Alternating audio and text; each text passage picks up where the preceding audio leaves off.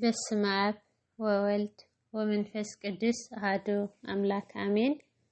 ሰላም ናይ ዓለም ዩቲዩብ ቻናል ተኸታተልቲ ክቡራት ኣሕዋተይ ከመይ ፀኒሖም? ኣነ ሰላም እግዚአብሔር ይመስገን። ሰላምታኩም ብዙሕ ተረፍ ይበለለይ። እሽምባር ብዝሓለፈ ካልኣይ ክፋል ናብ ኣቦና እየ ዘምርሕ ነይረ ዝብል መንፈሳዊ ዛንታ ሒዘልኩም ቀሪበ ነይረ። ሕዚ ከዓ ናብ ኣቦና እየ ዘምርሕ ነይረ ዝብል መንፈሳዊ ዛንታ ሳልሳይ ክፋል ናው ከብለኩም። ቅድምና ሳልሳይ ክፋል ምእታወይ ካብ ካልኣይ ክፋል ጥቕስ ኣቢለ ክሓልፍ እምበኣር ካብታ ከመይ ገይረ ይጅምር ትብል ዘንበብካዮ መፅሓፍ ሓፈሻዊ ድገማ ድሕሪ ምግባርና ምስኣተ ተሒዛ ትኸይድ ፍኹስ ዝበለት ኣርእስቲ ኣላ። ንሳ ከዓ ኢየሱስ ክርስቶስ መፍቀር ሓጣን ትብል እያ ዝብል ኣቋሪፅና ነርና። ሳልሳይ ክፋል ናው ከብለኩም።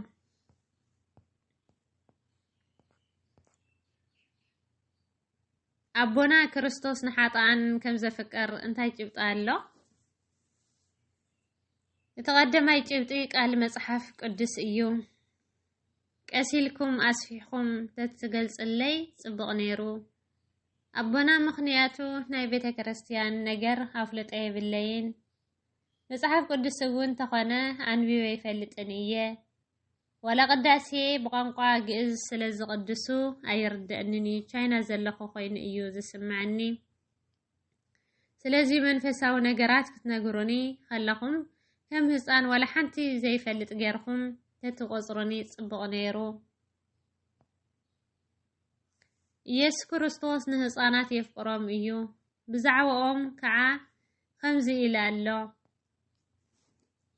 መንግስቲ ኣምላኽ ንከምዚኣቶም ዝበሉ እያ እሞ ህፃናት ናባይ ይምፁ ሕደጉ ኣይትኽልእዎም። ወንጌል ሉቃስ ምዕራፍ 18 ተቐዲ 16 ንሓጣን ከም ዘፍቅር ከዓ ንወንጌላዊ ማርቆስ ከምዚ ክብል ተስፋ ሂብዎ። ንሓኪምሲ ሕሙማት እምበር ጥዑያት ኣየድልይወን እዮም። ንሓጥ እምበር ንጻድቃን ክጽውዕ ኣይመጻኹን።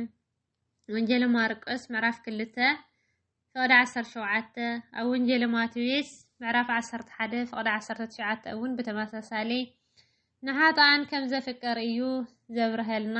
ከምኡ እውን ኣምላኽ በቲ ሓደ ወዱ ዝኣመነ ኩሉ ናይ ዘለኣለም ህይወት ምእንቲ ክረክብ እምበር ከይጠፍእሲ ወዱ በጃ ስጋ ዝሃብ ክስካዕ ክንዲዚ ንዓለም ኣፍቀራ ይብለና ቅዱስ ወንጌላዊ ዮሃንስ ምዕራፍ 3 ፍቕዲ 16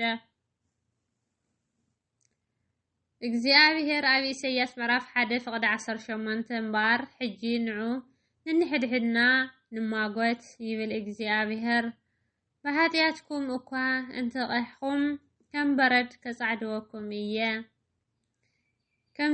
ከም ዝዋውዕ እኳ እንተቐሕኩም ከም ጻዕዳ ጸምሪ ክትኮኑ ኢኹም ይብል። እንታይ ማለት እዩ ዘዋውዕ ኣቦና?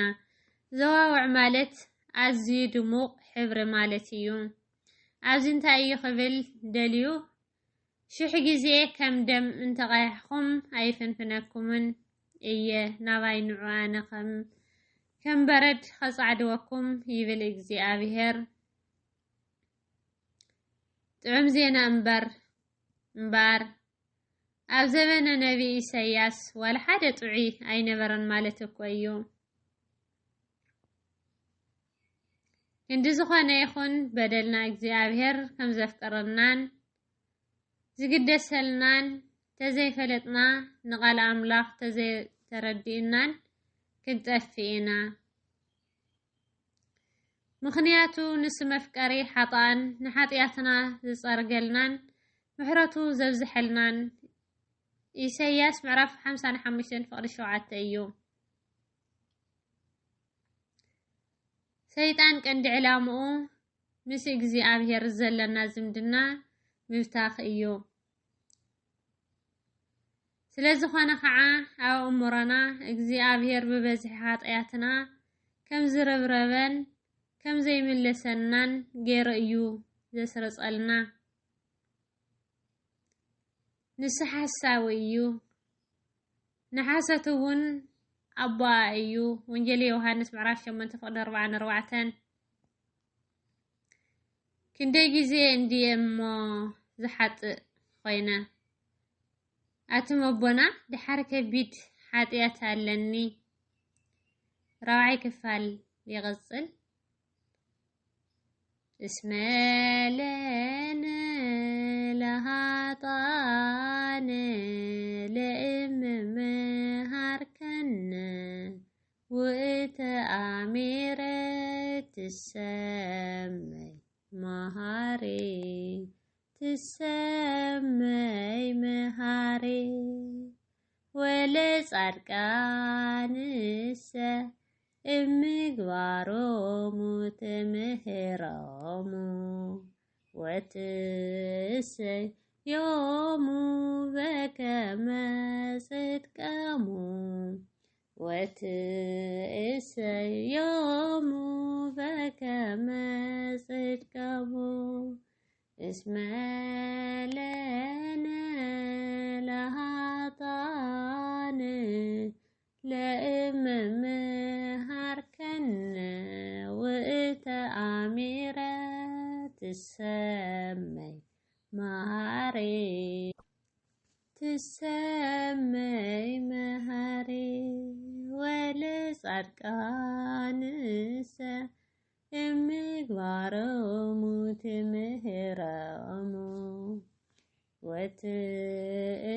وتسيومو بكما صدقامو وتسيومو بكما صدقامو اسمالنا لها طاني لإم مهاركنا وإتأميرة تسمي مهاري تسمي مهاري ولصدقانسه امغوارومو تمهرامو وتسيومو بكما صدقامو وتسيومو بكما صدقامو آمين.